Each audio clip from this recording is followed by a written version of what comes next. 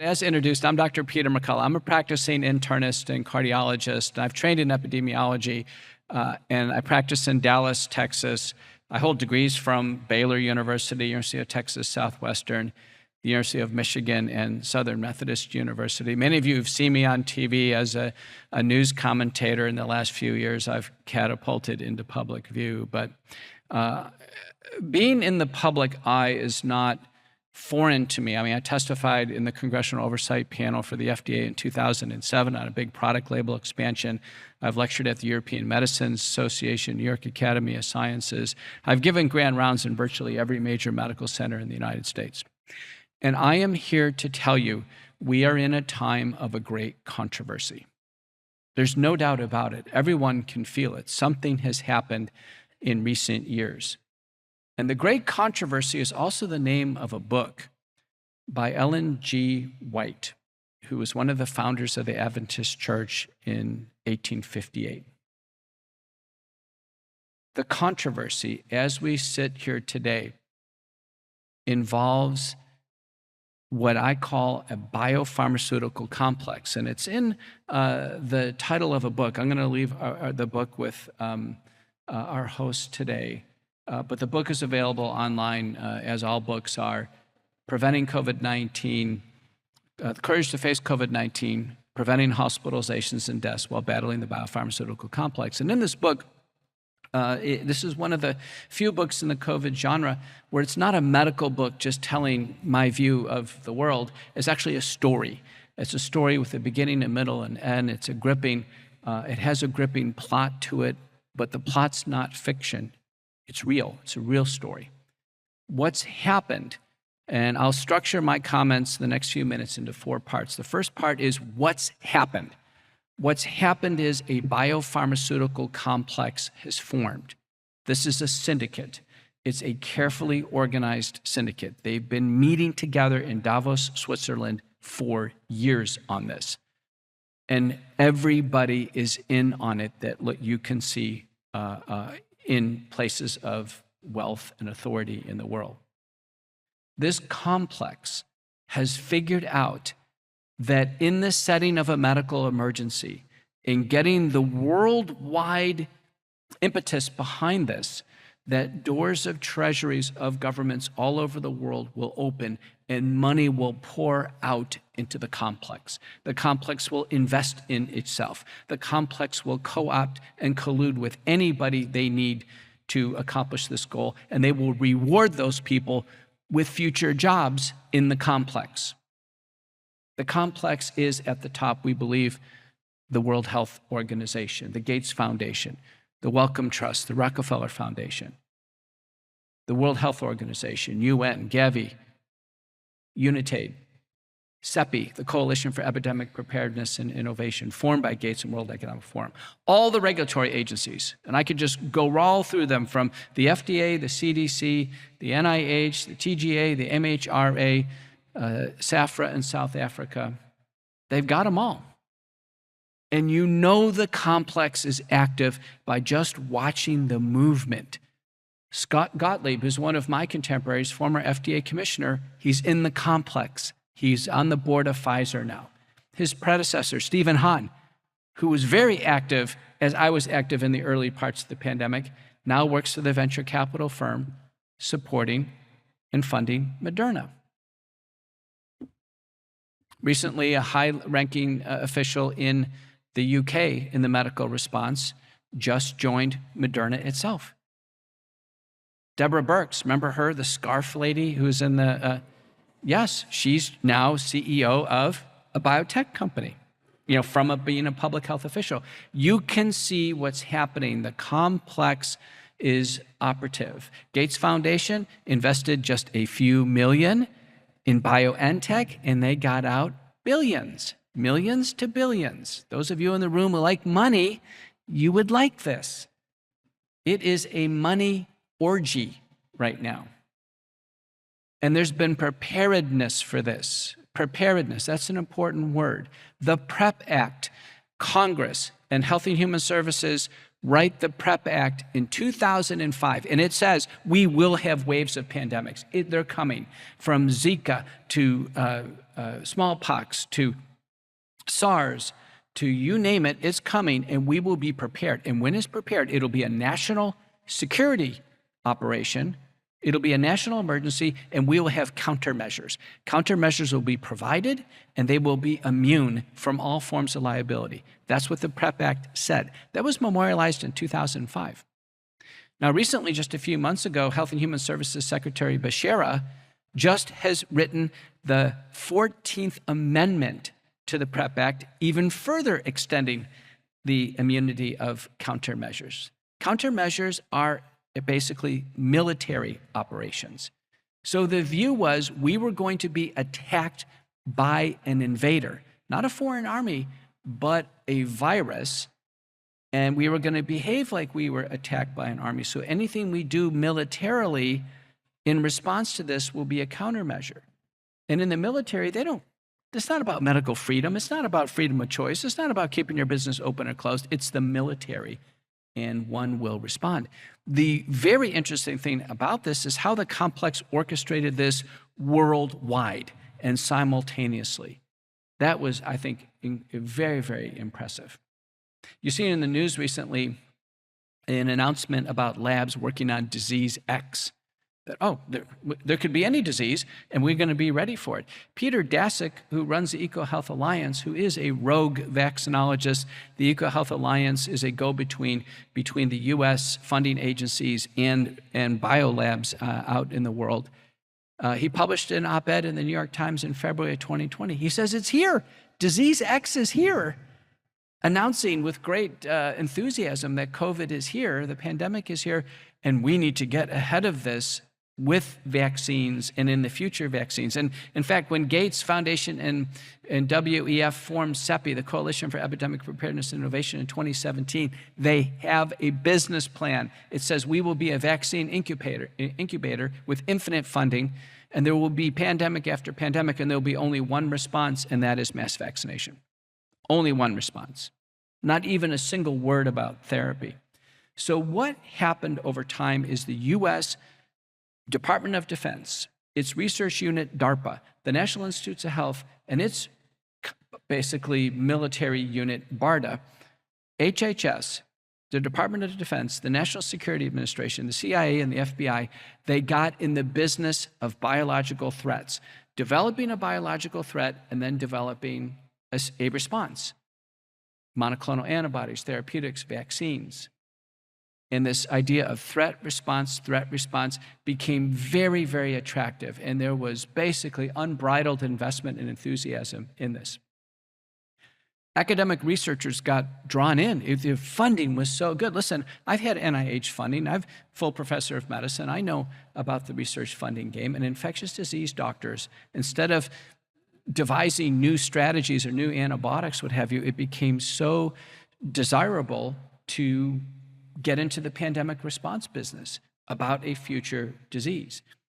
Ralph Baric at the University of North Carolina, Chapel Hill, is the most published person on coronaviruses in the world.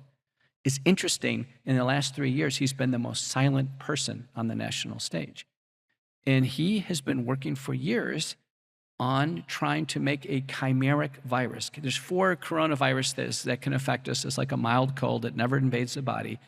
And he was able, through US-funded research that was done in his labs and other labs, and at the very end it was done in China, basically make the prototype SARS-CoV-2, that chimeric virus.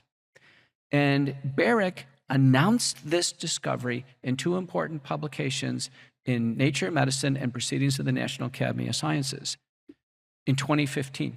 And the title of these papers said, a SARS-like chimeric virus that's poised for human emergence. It's like, aha, we did it. We got the bat coronavirus.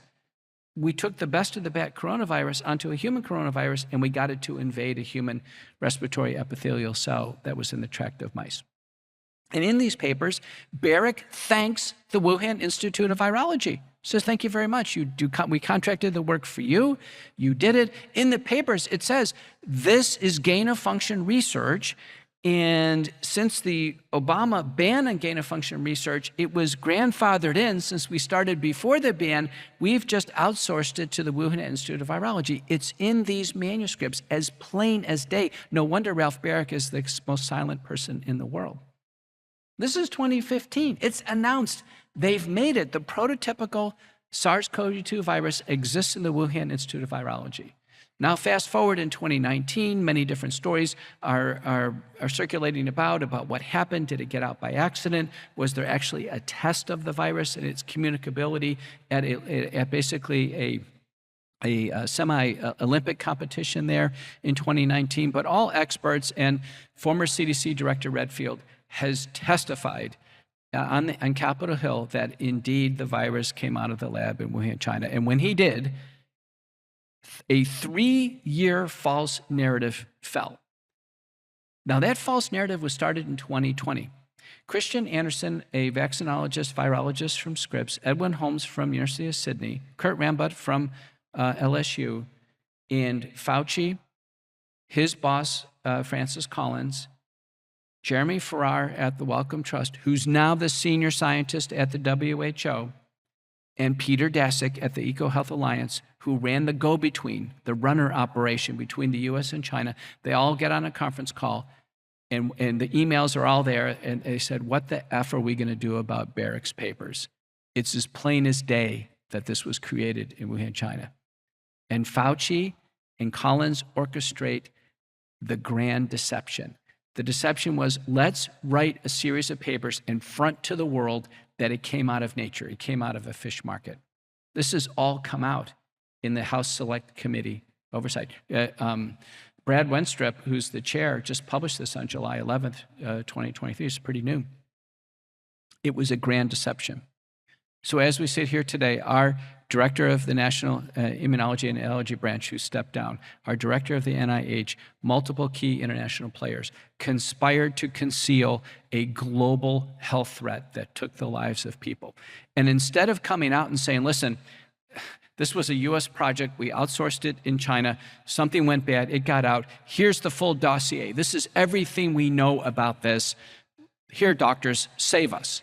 Instead of doing that, they concocted and they maintained a deceptive plan that ran through 2 presidential administrations. They were all in on it. They were all in on it. Through the entire academic community, and people would not flinch on this. The origin, if anyone said it came out of the lab in China, immediately one was accused of misinformation. Now, since the House Select Committee, there's been complete capitulation. On the National Security Administration website, yeah, it came out of the lab.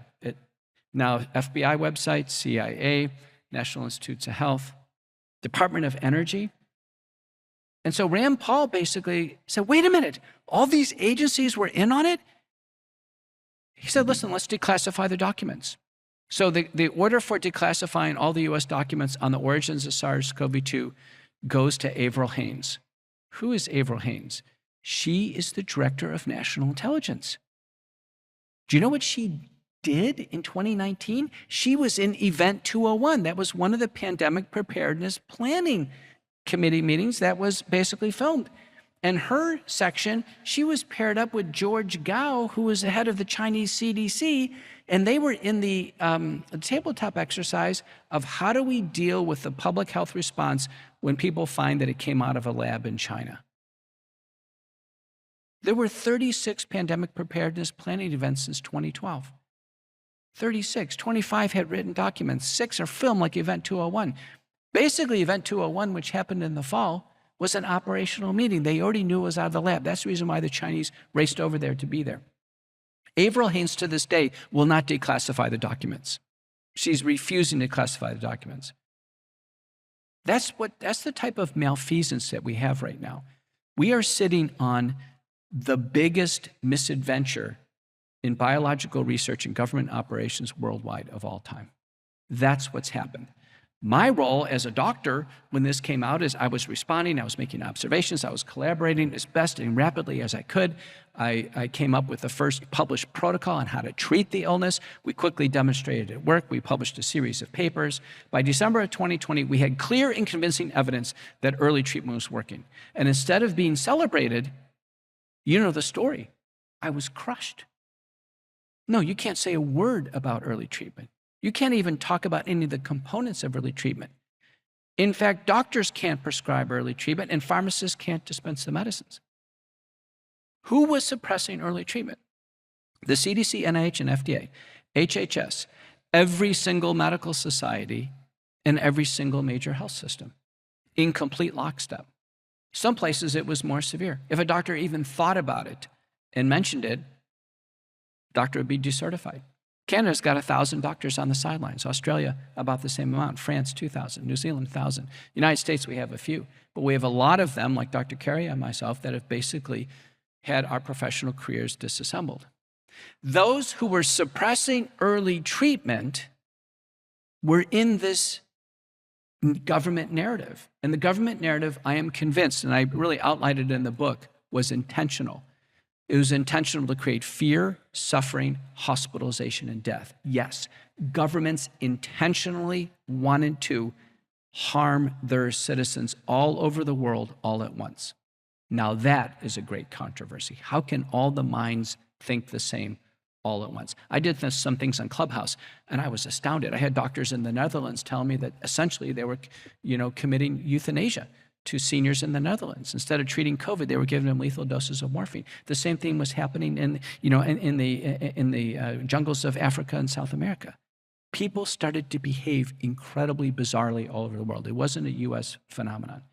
There was a small number of people who seemed to have eyes to see and ears to hear, and there were just a mass that appeared to have scales over their eyes. They just were clouded. They could not possibly register that we should be treating the illness.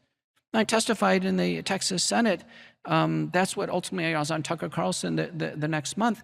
I looked at HHS and I just blew them out of the water. I said, I've sat through 8 hours of testimony. People are talking about masks and lockdowns and vaccines. Nobody's talking about the sick person right in front of us. What are you doing with the sick person right in front of us? And everyone's jaw dropped. This is about taking care of sick people. That's what this is. All the pandemic response was focused on well people. Everything was applied to a well person, not a sick person. There was nothing for the sick person. So there was the suppression of early treatment, and those suppressing early treatment were the same entities that were ready to, and in fact, completely pushed vaccines. And these weren't any vaccines. The vaccines were genetic. They were brand new.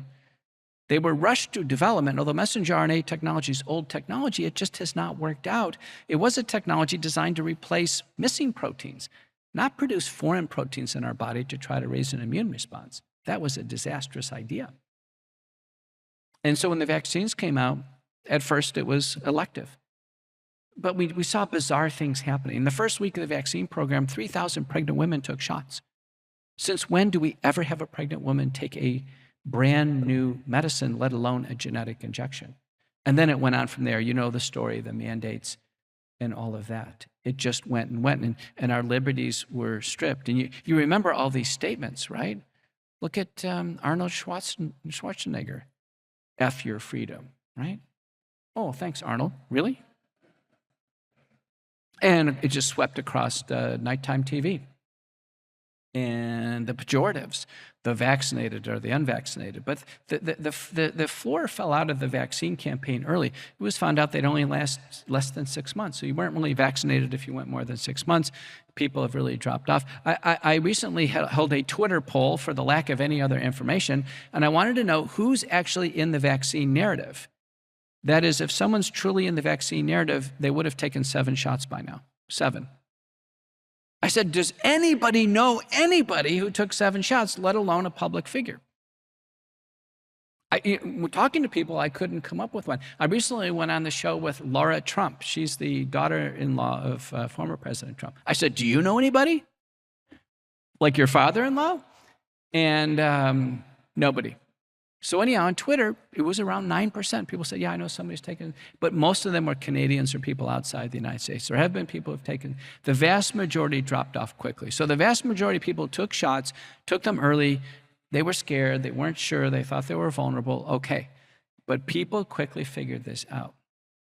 The CDC VAERS system of adverse events that have come in on the vaccines show that, once we get to 5, 6, 7 shots, it's way less than 1% of the reports coming in there. So almost all the action is early. The vaccines didn't work. They didn't stop anybody from getting COVID. They didn't stop transmission. Our CDC director came out and said that early, and they didn't reduce the severity of disease. They're not going to prevent a recurrence. Right now, there's a fear media campaign right now saying everyone should take more shots because more COVID is coming. They failed on all 4 counts. They failed on all 4 counts.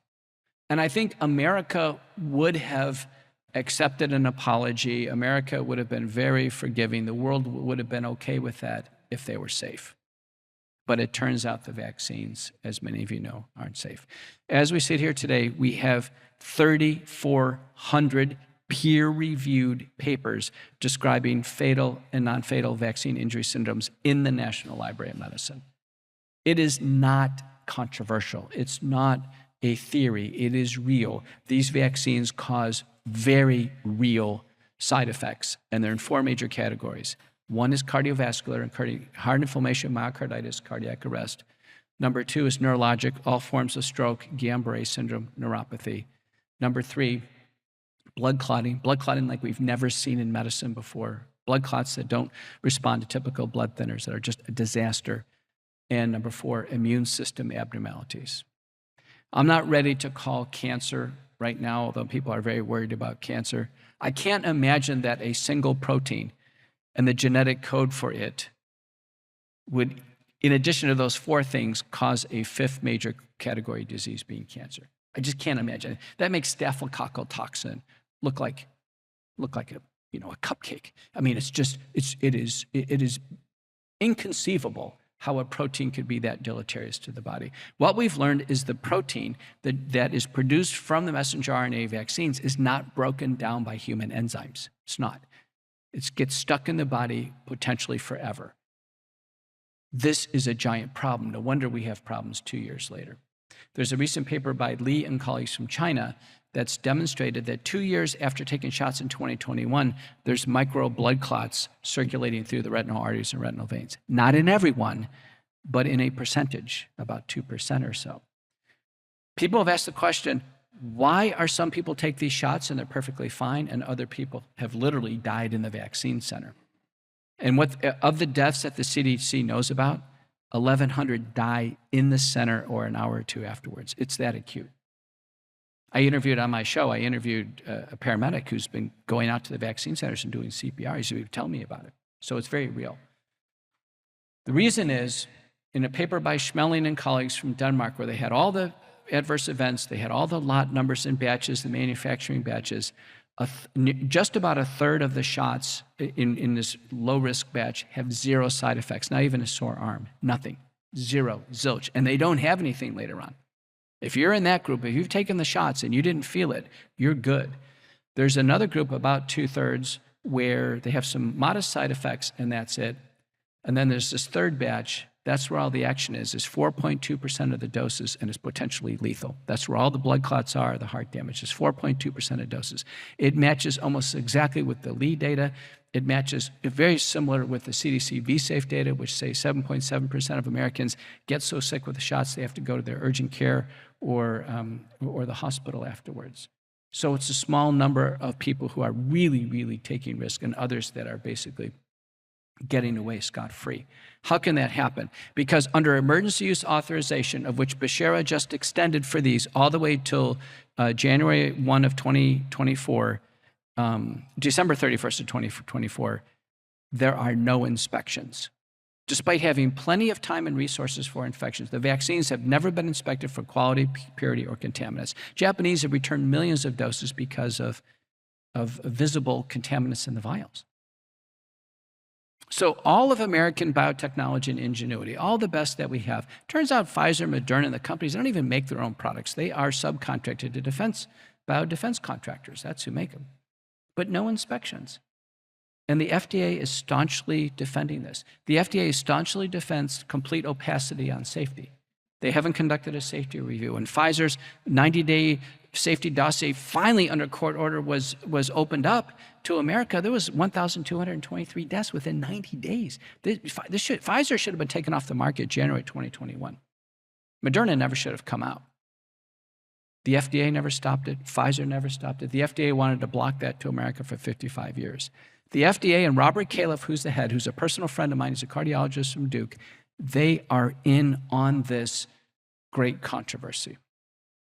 My final sets of comments have to do not with COVID at all. I know you're all here to mention this, but I'm bringing this up because it's an example of how the House of Medicine can quickly become co-opted, corrupt, misguided, misdirected, and do harm. And the answer here, or the topic of concern, is the sudden transgender crisis.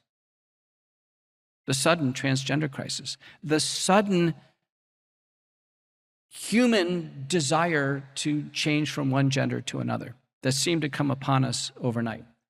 Well, what's going on here? Turns out this transgender crisis has been brewing for about 15 years over in Europe. In fact, it's kind of burning out in Europe right now.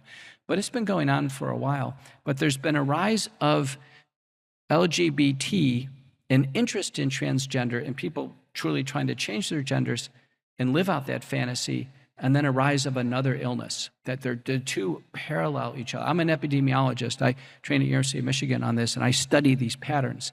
The other illness that is in lockstep with transgenderism is autism, and autism spectrum disorder. The two are mirror imposed.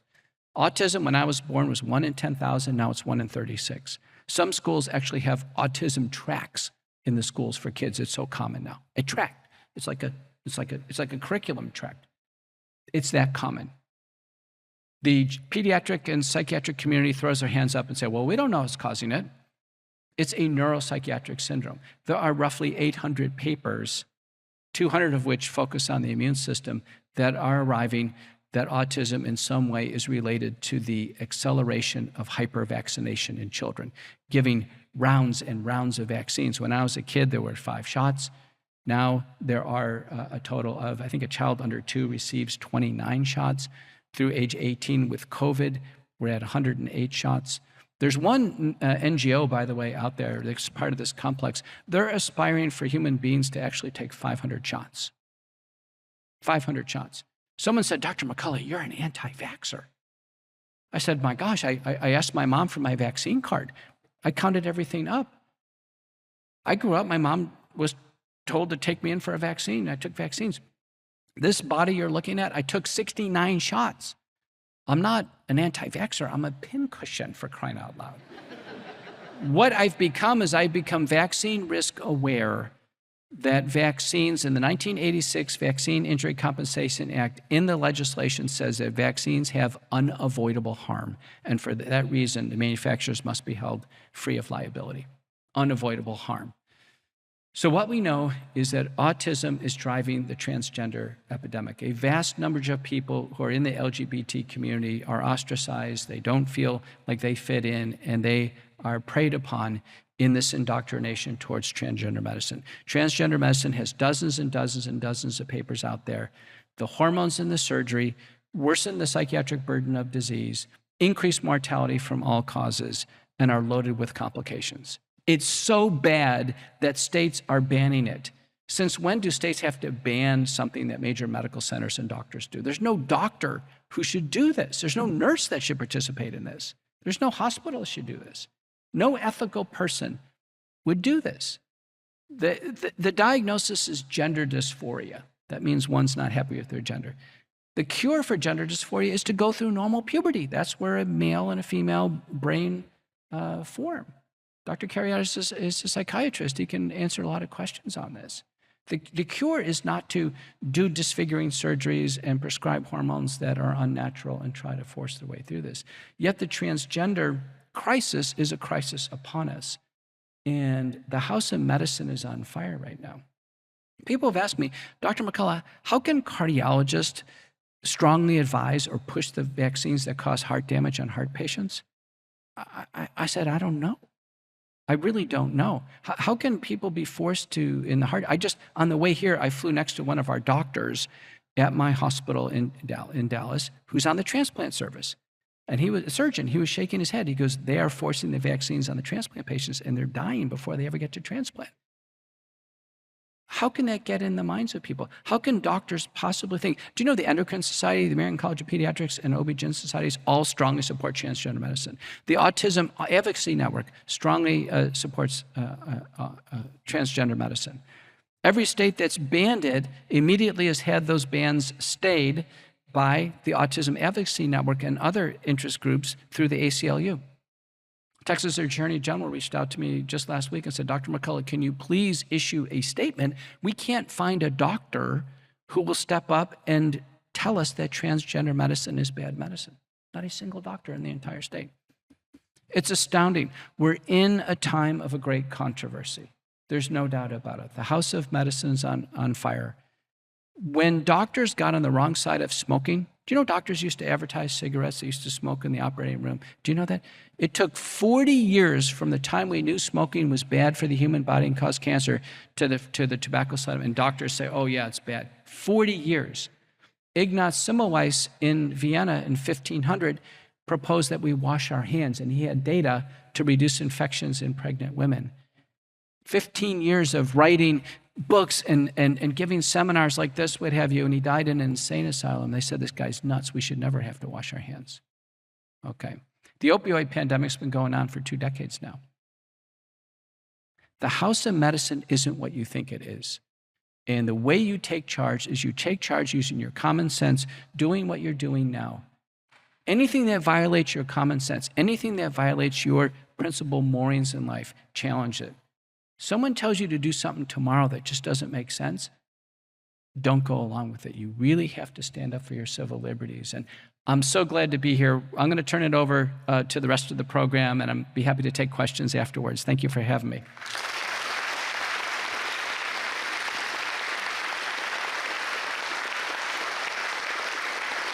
Thank you. Thank you.